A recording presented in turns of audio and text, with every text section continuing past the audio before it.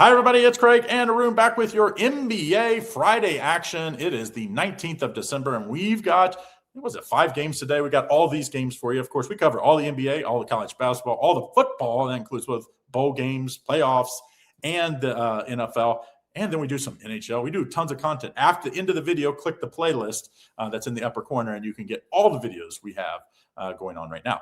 Don't forget, if you want to get on our top plays, people always say, what's our best bet? Very simple. We make it easy for you. Use that 10% off promo code over at the website. You can get $30 per day per sport or $99 per week per sport. So say IC's going to have, I think, a top play in the NBA tonight. You can get in on that for $27 if you use this code.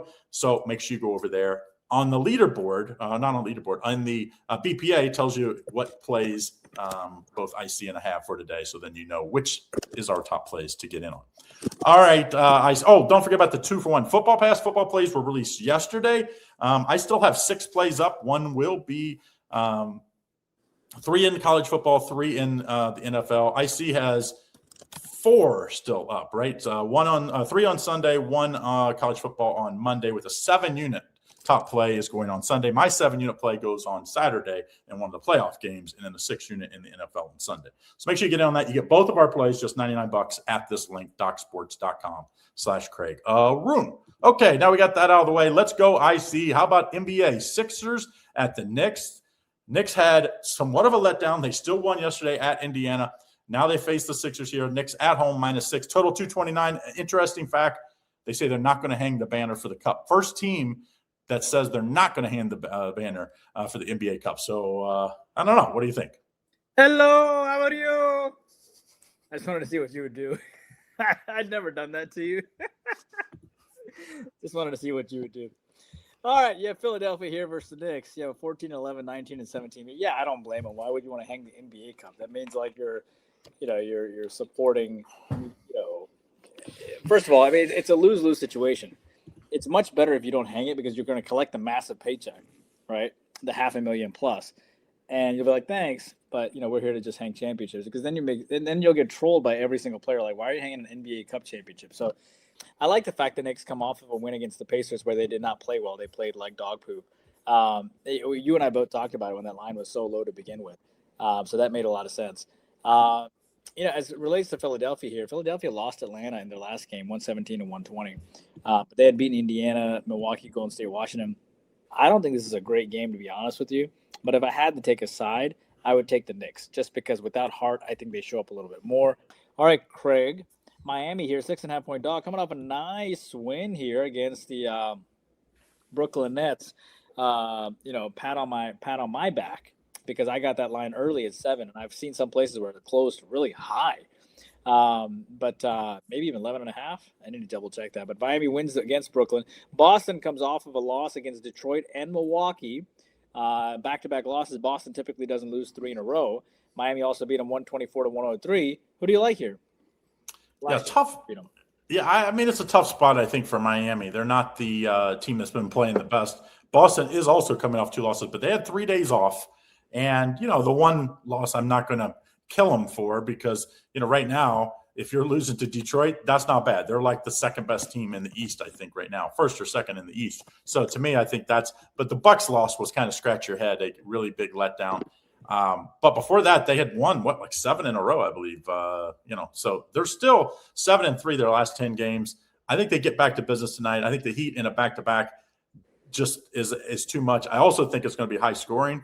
Maybe not high scoring enough to hit the over, so I definitely stayed away from the total. Let's play Boston -6.5 here. I think it's really more about Miami in a back-to-back spot, just hitting a wall late in this one. Craig and I love doing videos for you every week. Don't forget to like and subscribe so you get all of our videos every single time when you post it, so you get the best lines.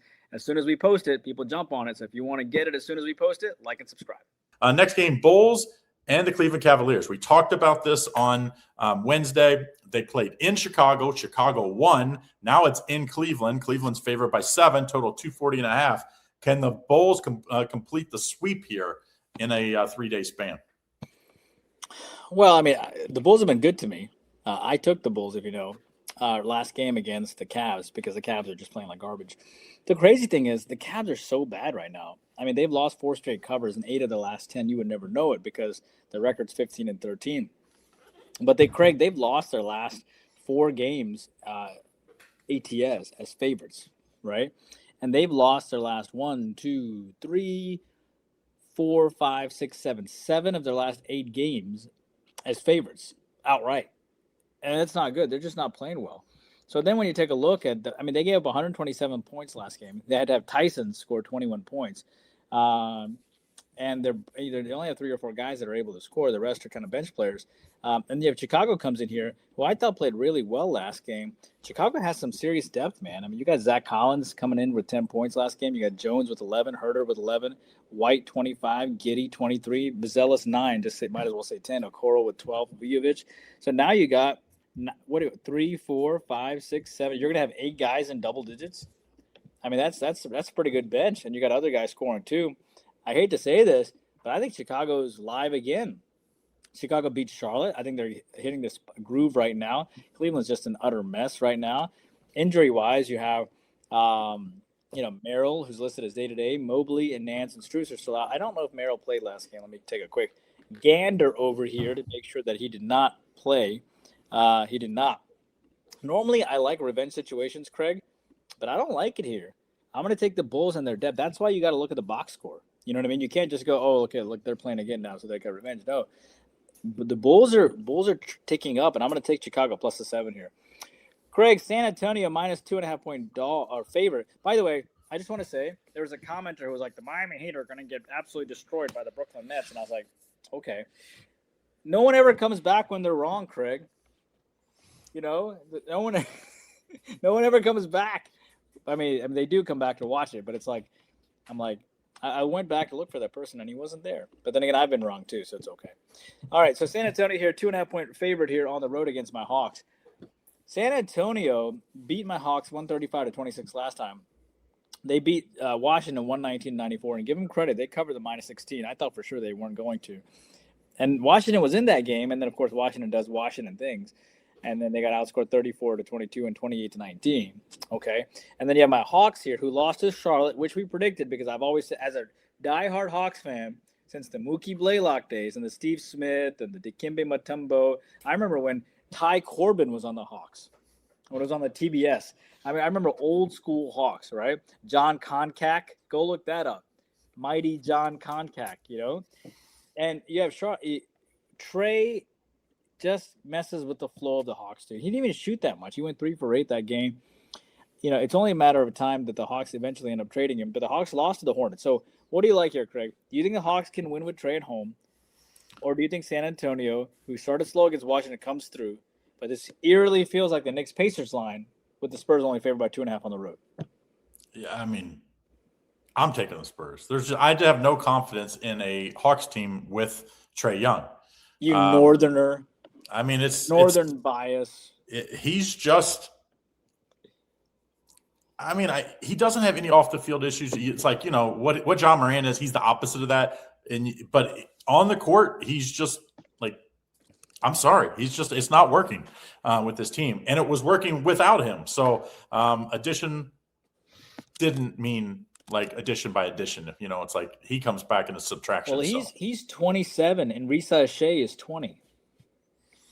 To me, it's like you play against this team until something changes as far as the flow with him. Maybe 4 or 5 games in, maybe that they can kind of put him with what they were doing, but it didn't work last night. I don't think it works tonight. Give me the Spurs in this one, minus the 2.5. Next game, Oklahoma City Thunder. They won big last night. We thought maybe they would take it out on the Clippers. They did just that, covered an 18-point spread. They're a 7.5 point favorite at Minnesota here. Total 226.5. What do you like? Well, the Thunder did beat them 113-105.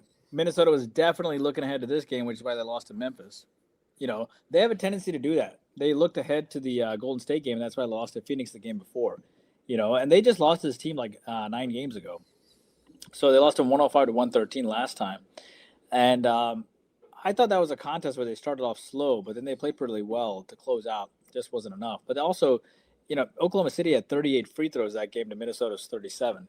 So that was about right. I don't think this one will be as – this is the last game on the board too. I think they're going to let them play. So I originally liked the under in this game. As far as the side, because it's sort of like fried foods. I'm trying to stay away from totals. So as far as the sides are concerned here, you have Oklahoma City who won 122 to 101 against the Clippers.